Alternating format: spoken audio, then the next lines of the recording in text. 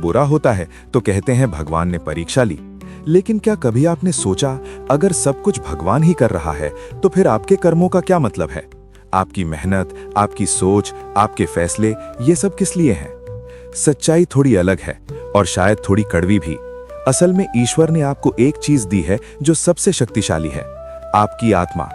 और उसी आत्मा के अंदर छुपा है आपका असली भाग्य। आपकी आत्मा सिर्फ एक ऊर्जा नहीं है, ये एक रिकॉर्ड है आपके हर जन्म का, हर कर्म का, हर भावना का।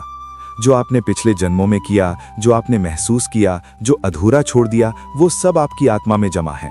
अब सोचिए, अगर आपकी आत्मा ही आपके सारे कर्मों का भंडार है तो क्या वही आपके भाग्य की दिशा तय नहीं करेगी? यही कारण है कि दो लोग एक ही परिस्थिति में जन्म लेते हैं लेकिन उनकी जिंदगी बिल्कुल अलग होती है। एक व्यक्ति छोटी सी शुरुआत से भी ऊंचाइयों पर पहुंच जाता है और दूसरा सब कुछ होते हुए भी संघर्ष करता रहता है। ये फर्क भगवान नहीं करता, ये फर्क आपकी आत्मा के पिछले डेटा से आता है। लेकिन यहाँ सबसे बड़ा सवाल उठता है, अगर आत्मा ही सब कुछ तय करती है तो क्या हम कुछ बदल सकते हैं? जवाब है हाँ, और यही सबसे बड़ा रहस्य है। आपकी आत्मा कोई पत्थर की लकीर नहीं है, ये हर पल बदलती है, हर फैसले के साथ। हर बार जब आप सही काम करते हैं, किसी की मदद करते हैं, अपने डर के बावजूद सच्चाई का साथ देते हैं, तो आपकी आत्मा हल्की होती है और आपका भाग्य धीरे धीरे बदलने लगता है। लेकिन जब आप झूठ बोलते हैं, किसी का दिल दुखाते हैं, लालच और गुस्से में फैसले लेते हैं, तो आपकी आत्मा पर बोझ बढ़ता है और वही बोझ आपके जीवन में रुकावट बनकर सामने आता है। आपने कभी महसूस किया होगा, कुछ काम आप पूरी मेहनत से करते हैं फिर भी बार बार असफल होते हैं, और कुछ चीजें बिना ज्यादा प्रयास के ही सही हो जाती हैं। ये कोई लक नहीं है, ये आपकी आत्मा का अलाइनमेंट है।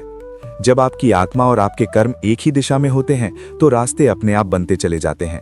लेकिन जब आपकी आत्मा कुछ और चाहती है और आप कुछ और कर रहे होते हैं तो जिंदगी आपको बार बार रोकती है, गिराती है, ताकि आप सही रास्ते पर लौट सकें। और यही वो जगह है जहां लोग गलत समझ जाते हैं। वे सोचते हैं भगवान मुझे सजा दे रहा है, लेकिन असल में आपकी आत्मा आपको संकेत दे रही होती है। संकेत कि ये रास्ता तुम्हारे लिए नहीं है, ये फैसला तुम्हें आगे नहीं ले जाएगा, रुको और खुद को समझो। लेकिन हम क्या करते हैं, हम इन संकेतों को नजरअंदाज करते हैं और फिर जब सब कुछ बिगड़ जाता है तो दोष भगवान को दे देते हैं। सच्चाई ये है, ईश्वर रास्ता दिखा सकता है, लेकिन उस पर चलने या ना चलने का फैसला आपकी आत्मा और आपका मन करता है। अब एक और गहरी बात समझिए, आपकी आत्मा सिर्फ आपके वर्तमान जीवन को नहीं बल्कि आपके भविष्य के जन्मों को भी प्रभावित करती है। जो आप आज कर रहे हैं वही आपकी आत्मा में जुड़ रहा है और वही आगे चलकर आपका भाग्य बनेगा। यानी अगर आज आप अपने कर्म सुधार लेते हैं, अपनी सोच को सकारात्मक बनाते हैं, अपने अंदर की आवाज को सुनना शुरू करते हैं, तो आप सिर्फ अपनी वर्तमान जिंदगी ही नहीं बल्कि आने वाले जन्मों को भी बदल सकते हैं। ये कोई कल्पना नहीं है, ये एक गहरा आध्यात्मिक नियम है। लेकिन समस्या ये है कि हम अपनी आत्मा की आवाज सुनना ही भूल गए हैं। हम इतना ज्यादा बाहर की दुनिया में उलझ गए हैं, सोशल मीडिया, लोगों की राय, समाज का दबाव, कि हम अंदर की उस हल्की सी आवाज को दबा देते हैं जो हमें सही दिशा दिखाना चाहती है। कभी कभी जब आप अकेले होते हैं और अंदर से एक फीलिंग आती है कि कुछ ठीक नहीं है या मुझे कुछ बदलना चाहिए, वही आपकी आत्मा है जो आपसे बात कर रही होती है। लेकिन हम उसे इग्नोर कर देते हैं क्योंकि वो आसान नहीं होता।